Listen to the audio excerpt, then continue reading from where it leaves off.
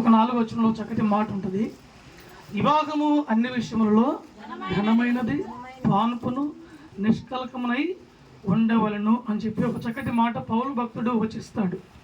అయితే గమనించండి, దేవుడు నిర్ణయించినటువంటి వివాహము కానీ, దేవుడు నిర్ణయించినటువంటి ఒక పద్ధతులు కానీ ఏది కూడా కొట్టివేసినట్లుగా మనము చూడలేదు. మరొక మాట, ఇక్కడ నిలబడి నేను చెప్పేటువంటి నాకు కూడా వివాహం అయింది. ఇంచుమించు వివాహమయ్యి 26 సంవత్సరాలు అవుతుంది. దేవుడు జతపరిచినటువంటి వివాహం. ఈ వివాహం ఒకసారి జతపరిచాడు, దేవుడు కొనసాగిస్తూనే ఉన్నాడు.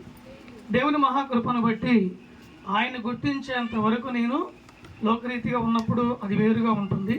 ఆయన గుర్తించిన దగ్గర నుండి దేవుని యొక్క సన్నిధిలోను, దేవుని యొక్క పనిలోను, దేవుని యొక్క పరిచర్యలోను ముందుకు కొనసాగుతూ కొన్ని వివాహ కార్యక్రమాలకు, పరిచర్యలకు, అలాగే మీటింగ్స్కు ఇలా రకరకాలుగా దేవుడు తీసుకుని వెళ్ళి వాడుకుంటూనే ఉన్నాడు.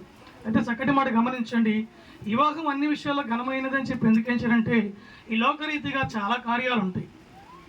ఓకేనా పిల్లలు? కొంచెం నా మాటలు, నా భాష అర్థమవుతుందా మీకు?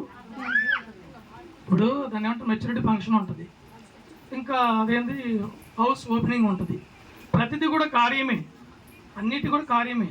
ఎన్నో కార్యాలు కూడా దేవుడు నిర్ణయించాడు, మనుషుల ద్వారా కొన్ని నిర్మించబడ్డాయి.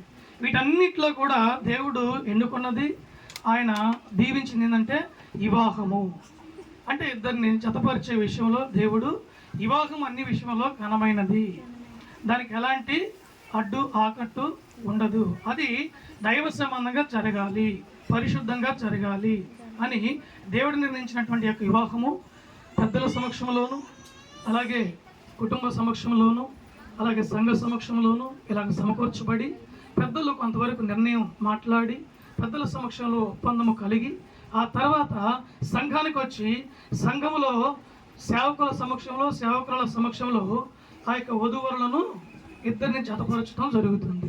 అంటే ఎక్కడి నుంచి ప్రారంభమైందంటే ఇది స్టార్టింగే సేవకుడు సేవకురాలు తీసుకొని వచ్చి ఇలాగా సిద్ధపరిచి కూర్చోబెట్టి పెళ్లి చేసేదానికి అవకాశము లేదు. ఇప్పుడు మీరున్నారుగా సంఘ పెద్దల, స్త్రీలలో కొందరు సంఘ పెద్దలు ఉన్నారు కదా, పురుషుల్లో కొంతమంది సంఘ పెద్దలు ఉంటారు, అలాగే కుల పెద్దలు ఉంటారు.